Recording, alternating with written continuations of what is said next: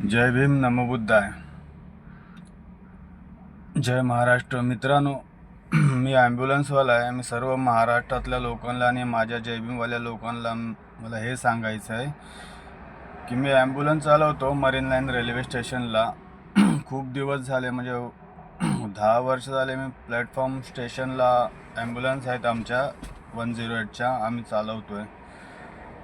ते रेल्वेमध्ये जे पण लोक येतात, पडतायत वगैरे किंवा काही होतं अपघात वगैरे, त्यासाठी आम्ही लोक आमच्या ॲम्ब्युलन्स फ्री सर्व्हिस आहे. आम्ही तिथं प्रत्येक रेल्वेवाल्यांना फ्री सर्व्हिस देतो. पण भावानू, एक अशी गोष्ट आहे की रेल्वेवाल्यांना त्या ॲम्ब्युलन्सवाल्यांची कदर करत आहे ना, कुणाची कदर करत आहे. बस ते त्यांच्या कामाशी मतलब ठेवत आहेत. आम्हाला काही प्रॉब्लेम झाला किंवा एखादे गर्दुले लोक किंवा बाहेरून आलेल्या लोकांनी आम्हाला जरी त्रास दिला त्या रेल्वे स्टेशनला, प्लॅटफॉर्मला, तर आम्ही काही कंप्लेंट केली मास्तरला, स्टेशन मास्तरला किंवा तिकडचे रेल्वेचे जे पोलीस आहेत, तर ते पोलीस आम्हाला मदत करायला येत नाही. उलटा आमच्यावरतीच केस टाकायला बघतायत.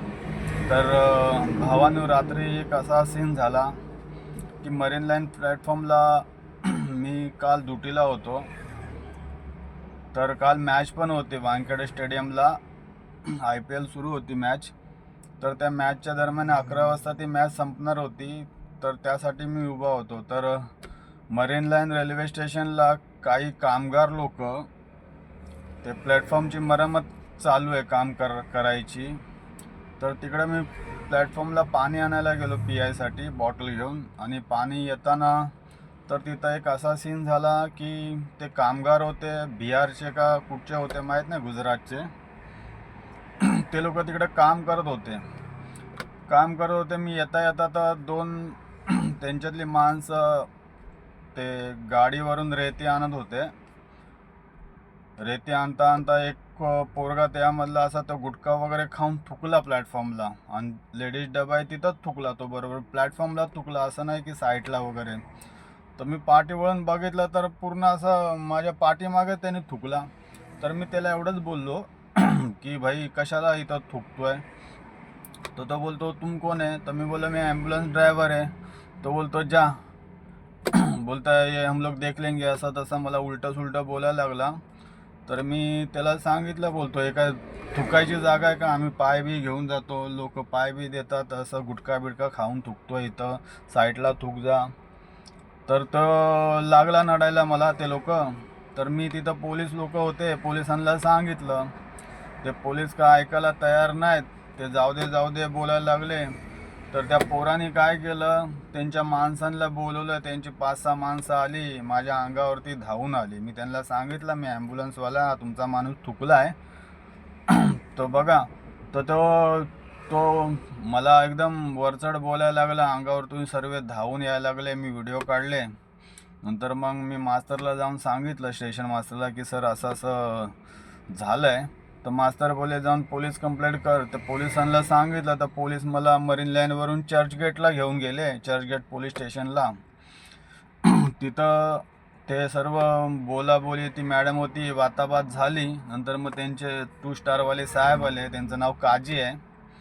त्यांनी त्या थुकणाऱ्याला समजावून सांगितलं की तुम्ही इथं काम करायला येता, तर इथं असं करायचं ना. एखादा माणूस तुम्ही चुका करताय तर सांगतोय तर त्याची माफी मागा, सर चुकलं, सॉरी, माफ करा, असं बोलून त्याला शांत केला. मला पण शांत केला. माझ्याकडून त्या पोलिसांना सांगितलं, त्यांच्या ह्यांना, त्या हवालदारांना, की यांचा रिपोर्ट बनव की असं असं झालं आणि विषय बंद करा, असं झालं, सोडून द्या विषय म्हणून सांगितलं.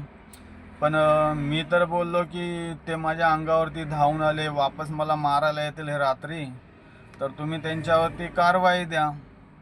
तर ते माझी कारवाई वगैरे घ्यायला तयार नाही, उलट माझ्यावरती उद्धट घालायला लागले ते पोलीस स्टेशनवाले पण.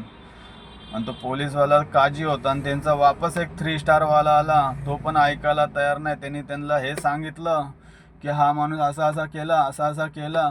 पण त्यांनी त्यांच्या सिनियरला हे नाही सांगितलं की भाई हे लोक ह्याला मारायला आले होते म्हणून हे. तर एवढं काय सांगितलं नाही. आणि उलटं माझ्यावरती केस बनवायला लागले. मला बोलतात ह्याला कोर्टात न्या, ह्याची इन्क्वायरी करा आणि हे करा आणि ते करा असं करायला लागले. मी ॲम्ब्युलन्स चालवतोय, तिकडं काय हादसा बिस्सा झाला आम्हाला कॉल आला तर आम्ही जातो, आमचं एवढं काम आहे. आम्ही ना कुठं जातीभेद करत आहे, ना कुणाला कमी ना कुणाला जास्त समजत आहे. जो आजारी असेल त्याला आम्ही हॉस्पिटलला न्यायचं काम करतोय, पण आम्ही हॉस्पिटलला नेताना हे लोक ॲम्ब्युलन्सवाला आहे की काय आहे हे बघत नाही. सरळ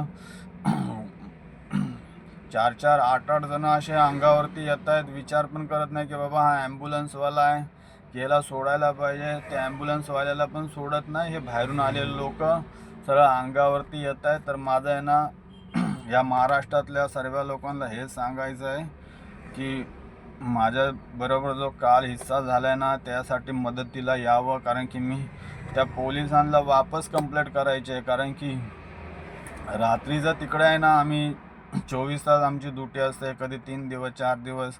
आज माझी 4 दिवस झाले मी डे नाईट ड्युटी करतो. मी इथंच आहे मरीन लाईनला अजून. आता मी रात्रभर झोपलो पण नाही आणि सकाळी मला आंघोळ पण नाही आणि मला आता कोण सोडायला येणार पण नाही. आणि ही ड्युटी आता मला कंटिन्यू सोमवारपर्यंत करायची, संध्याकाळपर्यंत.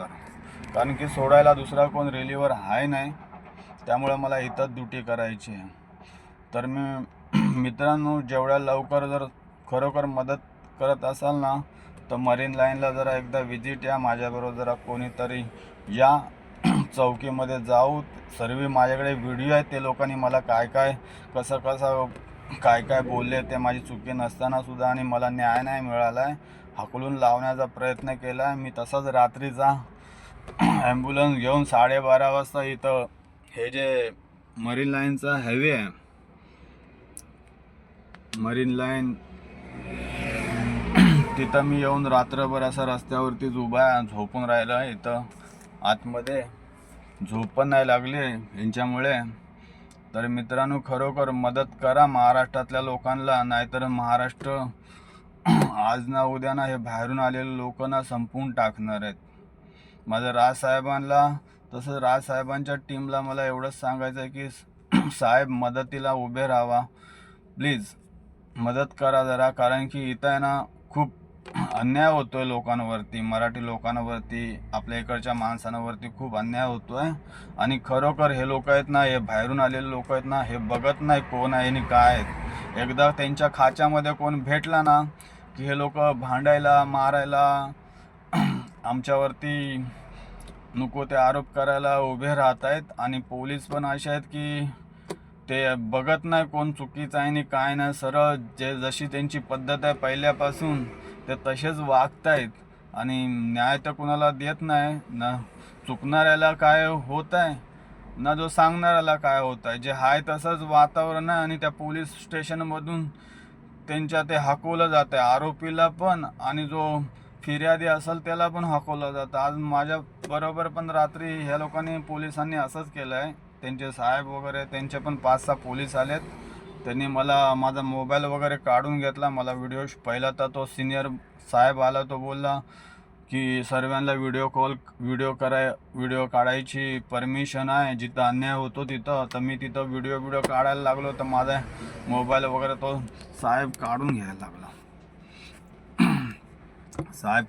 लागला मोबाईल. नंतर त्यांचे सिनियर आले, मोबाईल ठेव असं तसं मला ओरडायला लागले आणि मला हाकलून लावला. जा बोलतो, काय करायचं कर. मी तसाच गाडी घेऊन, ही ॲम्ब्युलन्स घेऊन मी इथं मेन रोडला आलो आहे. आता सकाळ 7 वाजलेत. आता मी वापस मरीन लाईनला ॲम्ब्युलन्स लावेल आणि बघेल कसं होईल ते.